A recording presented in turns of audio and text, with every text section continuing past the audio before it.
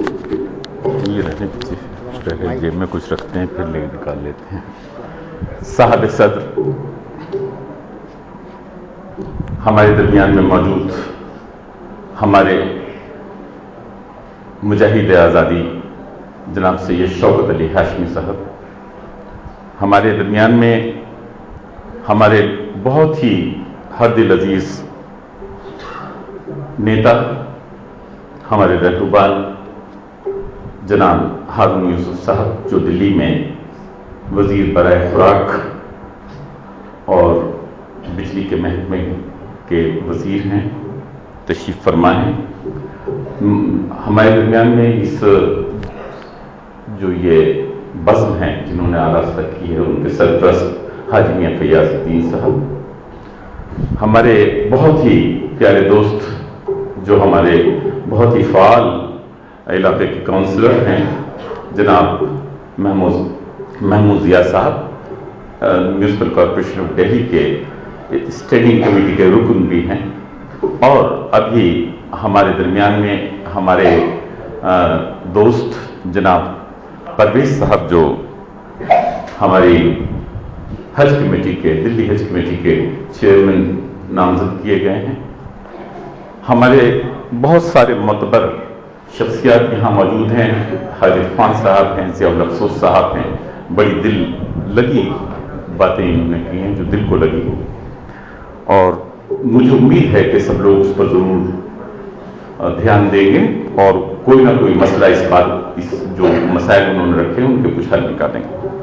سب سے پہلے میں یہ اپنا خوشگوار فریضہ سمجھتا ہوں کہ آج ایک بہت ہی اہم شخصیت دلی کی نہیں صرف بلکہ پورے ہندوستان کی شخصیت جنہوں نے دین کا پورے طور پر اس طریقے سے ہمارے سامنے دین کو پیش کیا ہے کہ کوئی پہلو ہماری زندگی کا اس سے محروم نہیں رہا. ہر جگہ ہر ہمارے جو معاملات تھے دین کے کس طریقے سے دین کے ذریعے سماج کی ہم تربیت کر سکتے ہیں اس کو انہوں نے اپنے وعظوں کے ذریعے ان کے وہ جو واعظ کہتے تھے اس کا ذکر یہاں پر سابقہ مقررین میں سے کسی نے نہیں کیا، لیکن اپنی ان کی شخصیت دلی کے اندر ان کے واعظوں سے جانی جاتی تھی، اور ایک اس طریقے سے ہمارے ذہن کو ترتیب دینے میں انہوں نے مدد کی کہ ہم جو دین اسلام ہے اس کے مختلف پہلوؤں سے نہ صرف واقف ہوئے بلکہ ان کو اپنے عملی زندگی میں بھی لانے کی کوشش کی. ڈاکٹر اقبال کا یہ قطع میں بطور خراج عقیدت ان کے پیش کرتا ہوں کہ یہ شہر جو کبھی فردا ہے کبھی ہے امروز، نہیں معلوم کہ ہوتی ہے کہاں سے پیدا، اور وہ شہر جس سے لرزتا ہے شبستان وجود، ہوتی ہے بندہ مومن کی اذان سے پیدا. ایسا بندہ مومن جس کی اذان کی صدا نہ صرف دلی والوں نے سنی بلکہ پورے ہندوستان میں بڑے اعتبار کے ساتھ سنی گئی. ہمارے لیے بہت ہی فخر کی بات ہے کہ ہم نے ان کے زیر سایہ جو اپنی علمی حیثیت کو بڑھانے میں ہماری مدد ملی ہے، ہم ان کے نہایت شکر گزار ہیں. ایک پر مجھ سے کئی مرتبہ ملاقات رہتی تھی اور وہ فرمایا کرتے تھے کہ علم جو ہے اگر اس میں معرفت نہیں ہے، علم میں اگر بلا عمل کے ساتھ ہے، علم اگر اس طرح سے ہے کہ اس کا صحیح طور پر ہم استعمال نہیں کرتے، علم اگر ایسا ہے جو سماج کے اندر جتنے لوگ ہیں اس جو معاشرہ ہے اس کی تربیت نہیں ہو پاتی، تو وہ علم معلومات کا ایک ایسا انبار ہے جس کے کوئی معنی نہیں ہے. اس طریقے سے وہ فرمایا کرتے تھے. ان کی شخصیت ایسی تھی کہ ایک مرتبہ اگر ہم ان کے سامنے آپ نے بیٹھ جاتے تھے تو اٹھنے کو دل نہیں چاہتا تھا. ان کا جو لہجہ تھا نہایت نرم تھا، ان کا جو لہجہ تھا اس میں پیار تھا، محبت تھی، اس میں یقیناً ایسا ان کا مزاج تھا کہ وہ جب اپنی بات کہتے تھے تو دوسرے لوگوں کو متاثر کیے بنا نہیں رہتے تھے. ہر طریقے سے ایک تعصب چھوڑتے تھے اور دل یہ چاہتا تھا کہ وہ بولتے رہیں اور ہم سنتے رہیں.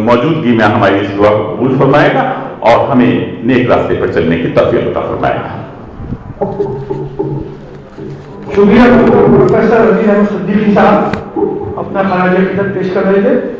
ہمارے درمیان ابھی کچھ تاخیر سے بھائی نصیر حسن جنجانی صاحب، کمال صاحب کو میں نام لینا بھول گیا تھا، اور اسد جامعی صاحب اور دوسرے ہمارے یہاں کنفرما یا تشریف لائیں۔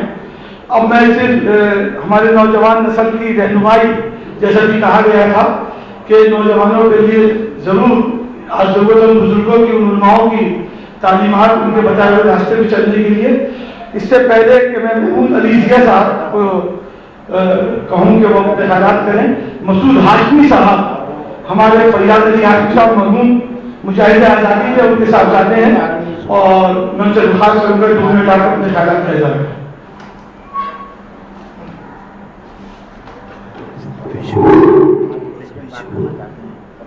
السلام علیکم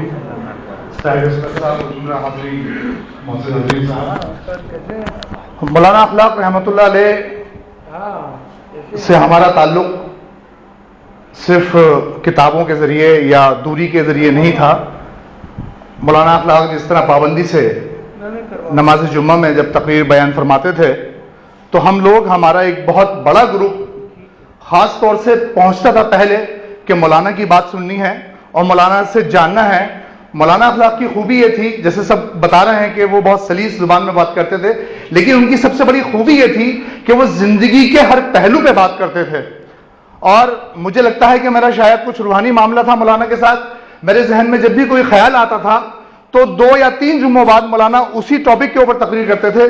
مثال کے طور پہ ایک دفعہ میرے ذہن میں خیال آیا کہ ہمارا اسلام اور قرآن جو ہمارے سمدھیانے کے رشتے ہیں، سسرال کے رشتے، ان رشتوں کے بارے میں کیا کہتا ہے؟ چونکہ دہلی میں ایک ٹریڈیشن ہے کہ داماد اپنے آپ کو بہت زیادہ باوقار سمجھتا ہے اور سمجھتا ہے کہ میں اگر اپنے ساس سسر کی عزت کروں گا تو میری کچھ بے عزتی ہو جائے گی۔ تو یہ دماغ میں میرے ذہن میں سوال کل بلا رہے تھے۔ اتفاق کی بات ہے کہ تقریباً 2 جمعے بعد مولانا نے قرآن کے حوالے سے ثابت کیا کہ اللہ تعالیٰ نے حضور پاک صلی اللہ علیہ وسلم کو مخاطب کر کے فرمایا کہ اے محمد، ہم نے آپ کو 2 رشتے عطا کیے، ایک وہ جو آپ کے ماں اور باپ ہیں اور ایک وہ ماں اور باپ جو آپ کی بیوی کے ماں اور باپ ہیں۔ تو اس سے یہ بات کلیئر ہو گئی کہ اسلام کے ہر پہلو پہ، ہر دنیا کے ہر پہلو کے اوپر مولانا اخلاق تقریر فرمایا کرتے تھے اور اتنی آسانی سے بتایا کرتے تھے ہمیں بات کہ ہم لوگوں کے ذہن میں وہ پیوست ہو جاتی تھی اور ہم اسی للک میں جاتے تھے کہ آج مولانا کون سا نیا ٹاپک چھوڑتے ہیں۔ مولانا نے کبھی کوئی بات، چاہے وہ دور حاضر کے علماء نے کی ہو یا پہلے کے لوگوں نے کی ہو یا کسی اور سیاسی یا سماجی شخصیت نے کی ہو، وہ اپنی تقریر کے اندر وہ بات کرتے تھے۔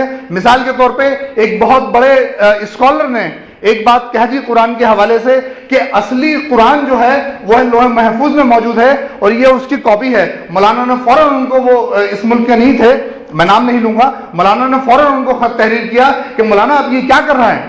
میڈیا ہمارے پیچھے پڑا ہوا ہے، اگر یہ بات دوسرے لوگوں کو پتہ چل گئی تو وہ یہ تو کہہ دیں گے، اصلی اور نقلی کا فرق بنا دیں گے کہ اصلی قرآن تو وہاں ہے، یہ تو نقل ہے اس کی۔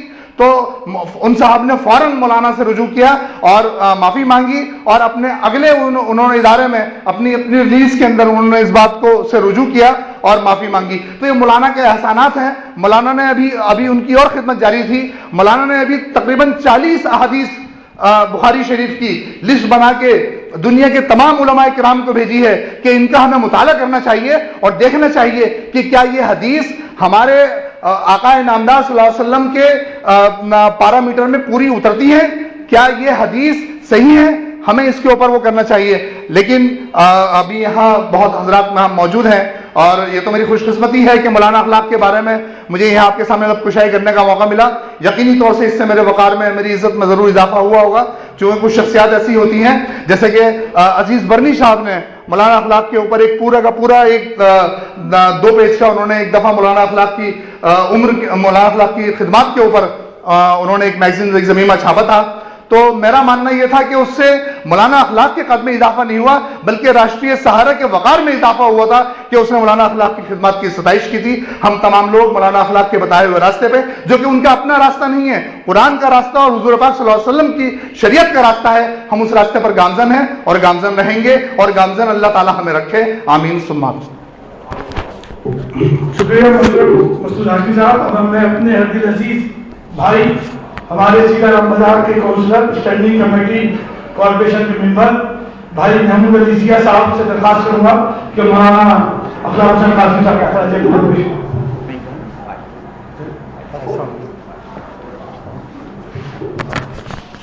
میٹنگ کے صدر علی جناب عزت مدنی صاحب، شوکت ہاشمی صاحب، حاجی میاں ہمارے حج کمیٹی کے چیئرمین، پرویز بھائی، ہمارے دلی کے منسٹر ہارون یوسف جی، سبھی حضرات، آج مولانا صاحب کے بارے میں اتنی بڑی شخصیت اور مجھ جیسا ادنا سا آدمی کون سے الفاظوں کا استعمال کرے یہ ڈھونڈنا بڑا مشکل کام ہے. میرے والد محبوب علی ضیاء رشید خان صاحب ان کے بڑے اچھے دوست تھے. تو جب میں بہت کالج میں پڑھتا تھا اور ان سے ملاقات ہوتی تھی تو مجھے گلے لگا لیا کرتے تھے کہ تم ضیاء کے لڑکے ہو. اتنی خوبصورت شخصیت، شیروانی کے لباس ان کے اوپر، اور جب وہ بولتے تھے تو ایسا لگتا تھا جیسے پھول جل رہے ہیں. وہ الفاظ ان کے بولنے کے وہ ہمارے کانوں میں گونجتے ہیں. کتنی بھی بڑی شخصیت ہوں، اس ہندوستان میں آنے والی ہماری مسلم نسل میں ہمیں بڑی خوشی ہوتی ہے. کوئی فنکشن، کوئی پروگرام ہو، آج کے دور میں اس کا فرق نہیں پڑتا کتنے آدمی کتنے لوگ آئیں. سب سے بڑی بات یہ ہوتی ہے کہ ان کو یاد کیا جائے. میڈیا کا دور ہے، مصروفیات بہت ہیں. تاریخوں کو ہم نسل یاد رکھیں. ہم جب کہیں جگہ بیٹھتے ہیں تو ہمیں بڑا اچھا لگتا ہے. بہت سی لوگوں کی بحث ہوتی ہے غیر مسلم میں، تو ہم مولانا مدنی صاحب خاندان کو ذکر کرتے ہیں کہ انہوں نے آزادی میں لڑائی لڑی، خاندان لگا رہا دیش کے ساتھ. بڑا ہم خوشی سے کہتے ہیں، چاہے ہماری کبھی ملاقات نہیں ہو، ہم کبھی اس تنظیم سے جڑے نہیں ہوں، لیکن ہمیں فخر ہوتا ہے کہ ہمارے یہاں وہ تہذیب، وہ سیکولر، وہ ذہن رکھنے والے، وہ آواز اٹھانے والے، وہ خاندان آگے بڑھ رہے ہیں اور اس روایت کو بنائے رکھا ہے. یہ بہت بڑا انعام ہے آج اس دیش کے، دنیا کے اندر ہمارے. میں بڑی خوش ہوا انور صاحب، اور جب ہم پرانی روایت کے لوگ ایک جگہ جمع ہوتے ہیں اور اپنے بزرگوں کو یاد کرنے کے لیے پروگرام کرتے ہیں تو بڑا اچھا لگتا ہے. جمیلاً جو انور صاحب کے ہوئے، نغوی صاحب بہت سوشل رہے ہیں، ان کے ساتھ ہمیشہ رہے ہیں.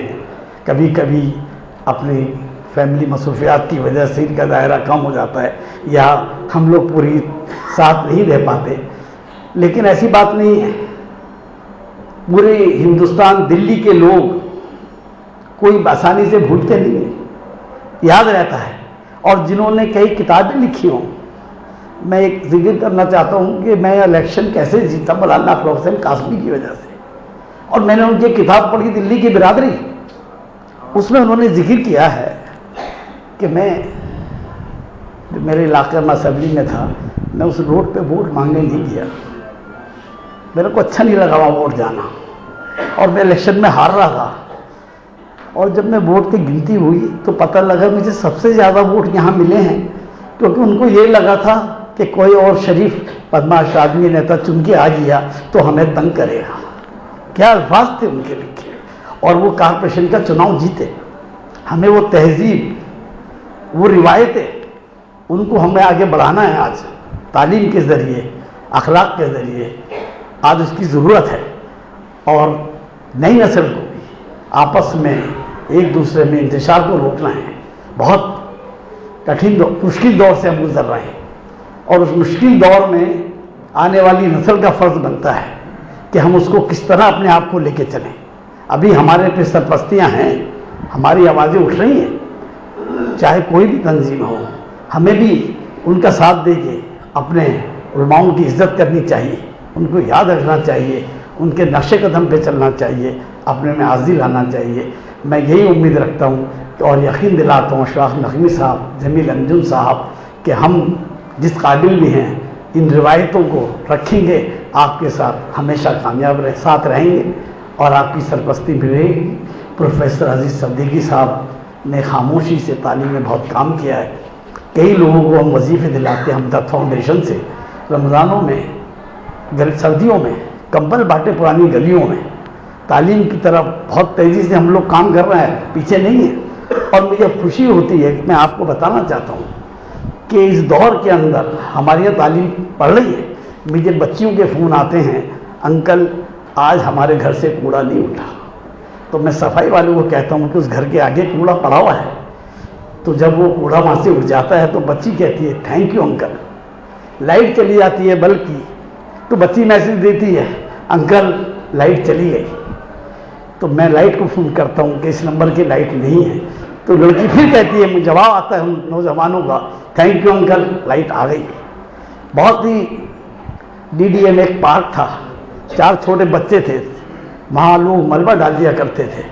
چھوٹے سے بچوں نے اس پارک میں ویڈیو بنا کے پکڑا کون ملبہ ڈالتا ہے. میں گیا کہ انکل ہم نے پکڑ لیا, یہ یہاں ملبہ ڈالتے ہیں. تو یہ ایورنیس, یہ بدلاؤ آ رہا ہے.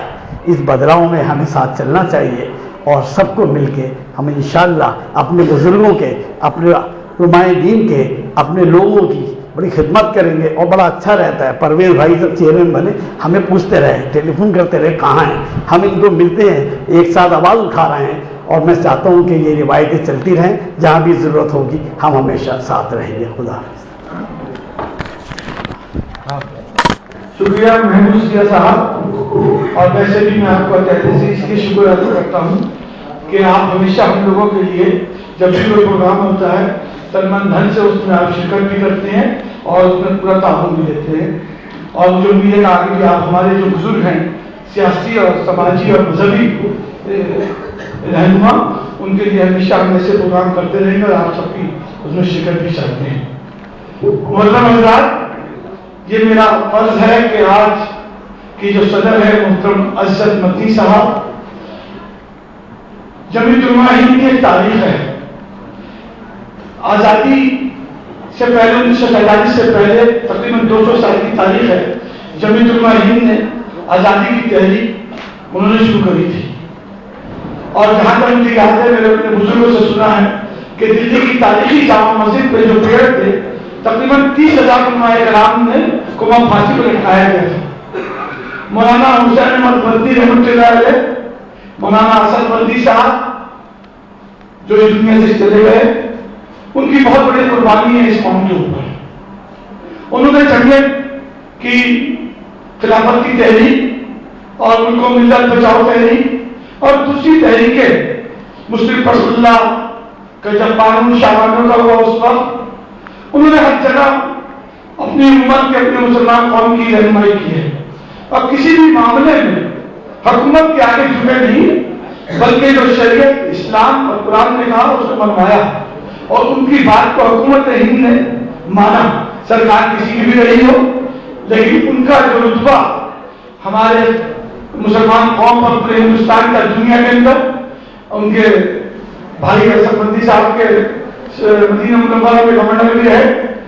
اور آج ہمارے اس محفل کی صدارت بھی ہمارے اسی خاندان کے فرد میرے قابل احترام بزرگ جگر گوشہ شیخ الاسلام حضرت مولانا سید عزت مدنی صاحب صدارت کر رہے ہیں.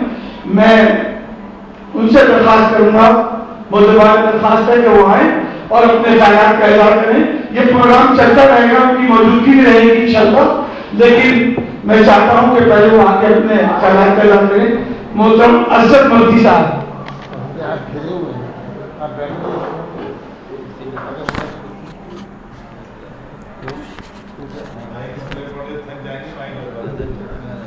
ہاں لائیے ادھر کر دو.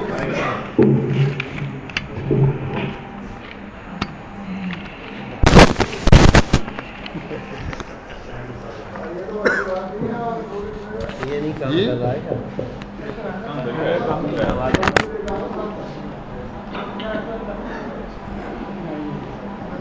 کیا ہو گیا کام. یہ نہیں ہوا. چلو ٹھیک ہے.